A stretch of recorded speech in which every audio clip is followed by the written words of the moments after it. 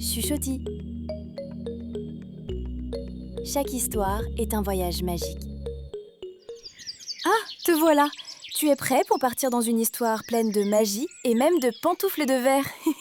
Mais avant, n'oublie pas de t'abonner, d'activer la petite clochette et de me mettre un pouce bleu si tu aimes mes histoires. Ça me fait trop plaisir. Allez, je t'emmène dans le conte de Cendrillon.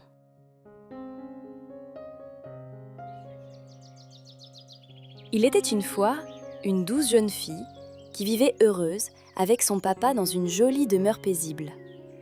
Elle était jolie comme la rosée du matin et avait une voix mélodieuse, tel un rossignol. Elle aimait les fleurs, les chansons douces et les petits animaux du jardin. Son père, voulant un peu de compagnie pour sa fille chérie et lui, décida de se remarier avec une femme qui avait elle aussi 2 filles. Cependant, après le mariage, elle s'avéra être une marâtre très froide. Et quand son père disparut, la vie de la jeune fille devint bien triste. Sa belle-mère et ses demi-sœurs ne l'aimaient pas beaucoup, pour ne pas dire pas du tout. En fait, elles étaient jalouses de la beauté et de la gentillesse de la jeune fille, si bien qu'elles étaient toujours en train de la critiquer et de lui donner des ordres en l'appelant Cendrillon. Elle dut même s'installer une modeste chambre dans le grenier pour laisser de la place à leurs affaires, pendant que les sœurs se pavanaient en robes somptueuses en se plaignant du matin au soir. Cendrillon, elle faisait la cuisine, le ménage, la lessive.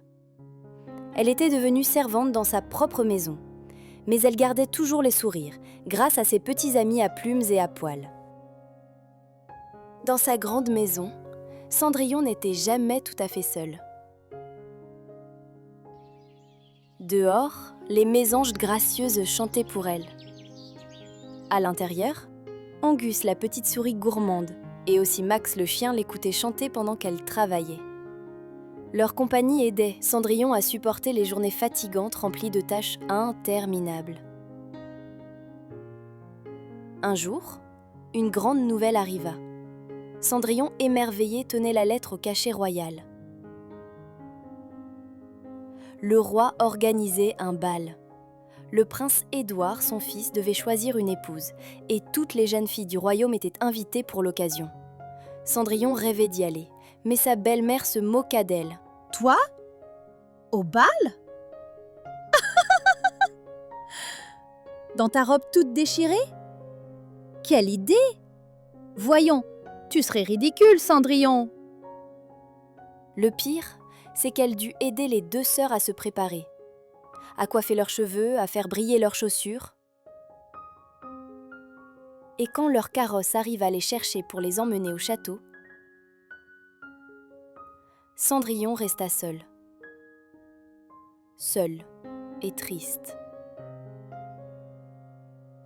C'est alors qu'un petit sentiment magique arriva jusqu'à elle, et qu'apparut une fée toute pétillante, avec une baguette qui brillait comme une pluie d'étoiles. « Allons, allons, sèche tes larmes, ma douce enfant.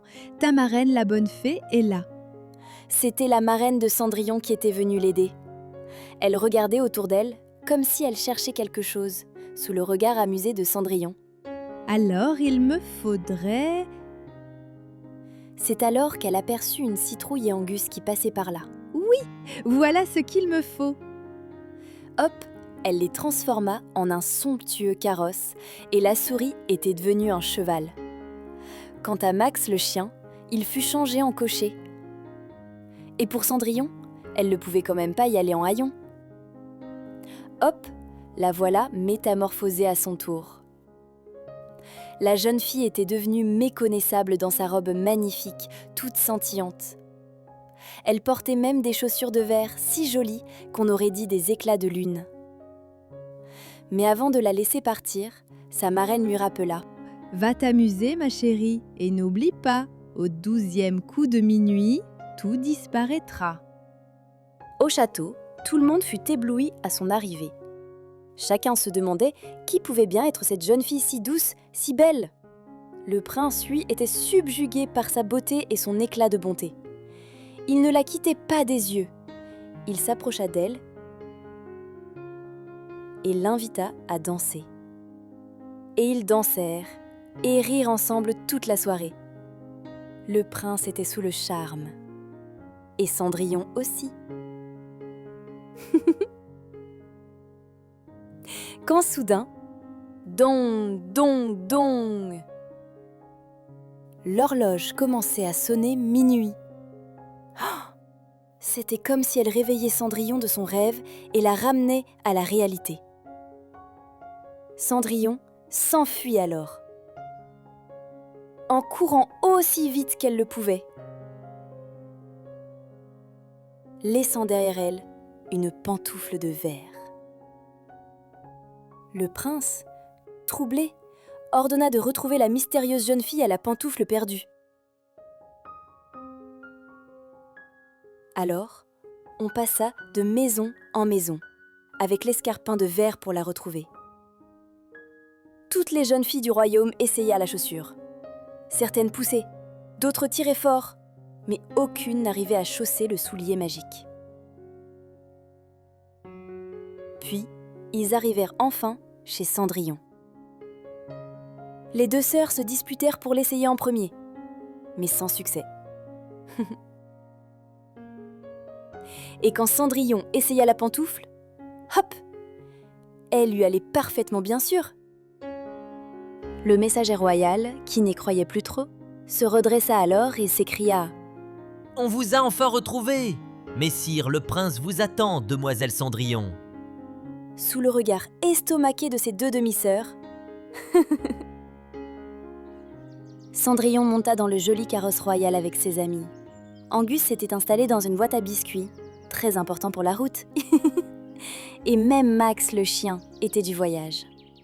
Les deux vilaines sœurs et sa belle-mère regardèrent le carrosse partir, un peu jalouses, mais aussi un peu admiratives. Car Cendrillon leur fit un dernier sourire, un vrai, doux comme du miel. Elle restait la jeune fille gentille, au cœur immense, celle qui parlait aux oiseaux, riait avec les souris, car elle savait que la vraie magie vient de la bonté. Au château, des dizaines de jeunes filles étaient encore là, toutes pomponnées, toutes venues essayer la pantoufle. Le prince, lui, attendait, droit, élégant et un peu nerveux. Il avait les mains moites, mais personne ne le dira. Cendrillon arriva. Certes, sa robe n'était pas majestueuse, mais elle avait ce regard doux, cette douceur dans les yeux. Le prince, tout ébloui, la reconnut immédiatement. Il n'hésita pas une seconde, comme si le reste du monde avait disparu. Et le prince tendit alors simplement la main à Cendrillon pour lui dire que c'était elle qui l'avait choisi. Les autres jeunes filles, un peu surprises, se regardèrent. Certaines soupirèrent, d'autres applaudirent. Cendrillon, ému, se mit à sourire. Cendrillon n'avait jamais cessé d'être gentille, même quand on l'avait traitée comme une domestique. Et grâce à sa bonté, la magie avait trouvé son chemin jusqu'à elle. Et c'est ainsi que Cendrillon est devenue une vraie princesse. Une princesse au cœur d'or qui brille bien plus que sa couronne. Souviens-toi que les cœurs doux sont les plus puissants et qu'il ne faut jamais cesser de croire en sa bonne étoile.